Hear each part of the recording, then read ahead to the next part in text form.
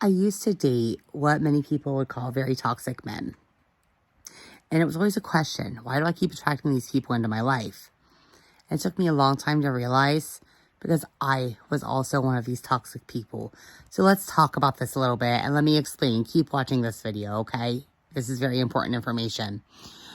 The thing about these so-called toxic people is the reason that happens, and I hate that label, honestly, I'm just using it for lack of better terms, is because at some point in our lives, usually in childhood, we fell away from love because of something that happened to us.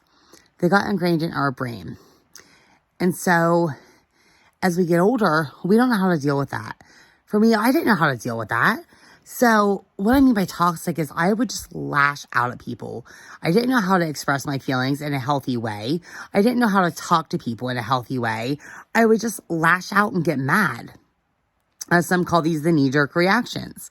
But the thing is, none of us are really toxic. We're all born in a state of love and joy. That is our birthright. But as we fall away from that love, we have these wounds that happen.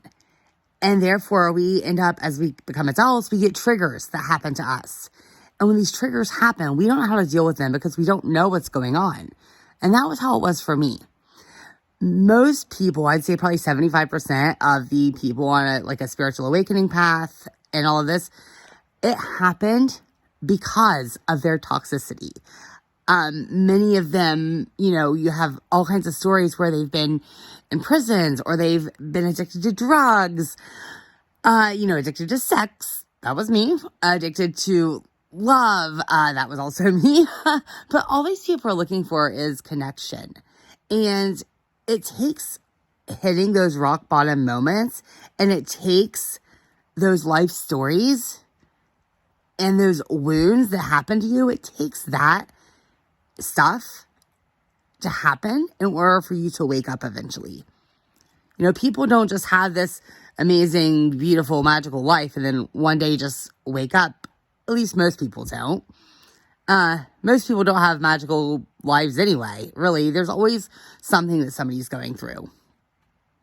And social media is so bad about making us think otherwise. Social media shows you all of the good parts of people because they post all of these amazing things going on and they never show the dark parts and they never show the healing parts and they never show the vulnerability or the authenticity. And that's why I'm making this video and that's why I make a lot of my videos because I want to show you guys the vulnerability, the authenticity, the things that do happen to us because I know that it's really helpful when you can just know that you're not alone and that you can relate to somebody else. So just understand that when you talk about people being toxic in these relationships or friendships or whatever it is, they're not really toxic. They're just dealing with shit that they don't know how to deal with. And it takes somebody helping them along the way to help them to understand. Whether that's a higher power, whether it's a good friend. It can be a multitude of things.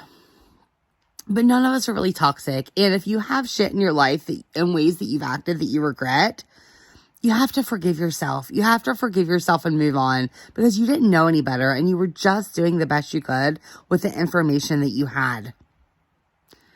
So the next time that you find yourself in this so-called toxic relationship or with this so-called bad guy or girl or whatever it might be, just remember they're probably dealing with some type of inner childhood wound that they haven't came into awareness about yet. So I love you guys so much. Until next time, have a wonderful night.